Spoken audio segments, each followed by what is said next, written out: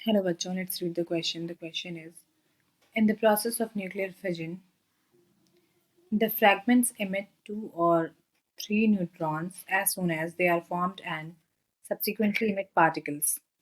This is the assertion.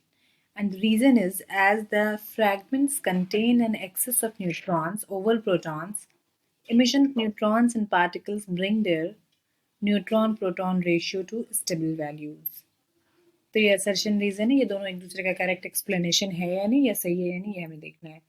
ठीक है, तो न्यूक्लियर फिजन में क्वेश्चन में ये कहा जा रहा है कि न्यूक्लियर फिजन में जो फ्रैगमेंट है, जो दो पार्टिकल स्प्लिट होते हैं, emit 2 or 3 न्यूट्रॉन वो emit करते हैं as soon as they have formed and subsequently emit particles। ठीक है, तो वो पार्टिकल emit करते हैं और एक नया वो बनता है।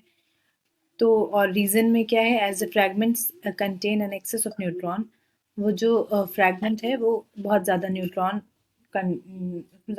होता है प्रोटॉन से, तो वो इमिशन होता है न्यूट्रॉन का और फिर वो स्टेबल पार्टिकल बनते हैं। ये है, तो हम देखते हैं कि न्यूक्लियर फिजन में होता क्या है। हम जानते हैं कि न्यूक्लियर फिजन जो प्रोसेस है, nuclear fission is the reaction और a process in which nuclear fission is the reaction in which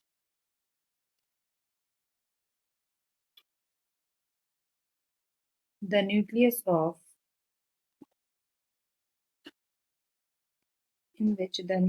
an atom splits into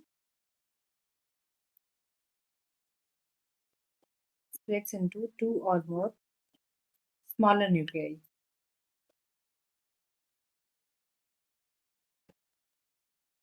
Two or more smaller nuclei in order to become more stable.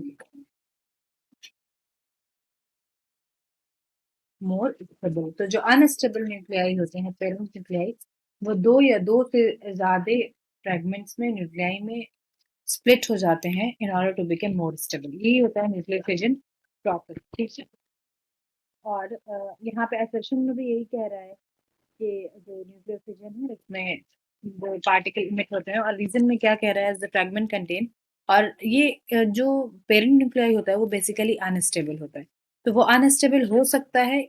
It is possible कि उसके पास access of neutron हो over proton, तो ये unstable है और वो neutron emit करके stable बन गया। तो रीजन भी सही है और ये एक्सप्लेनेशन है असर्शन का। So the correct option will be both A and R are true, and R is the correct explanation of A. Option A will be the correct. I hope you will understand. Thank you.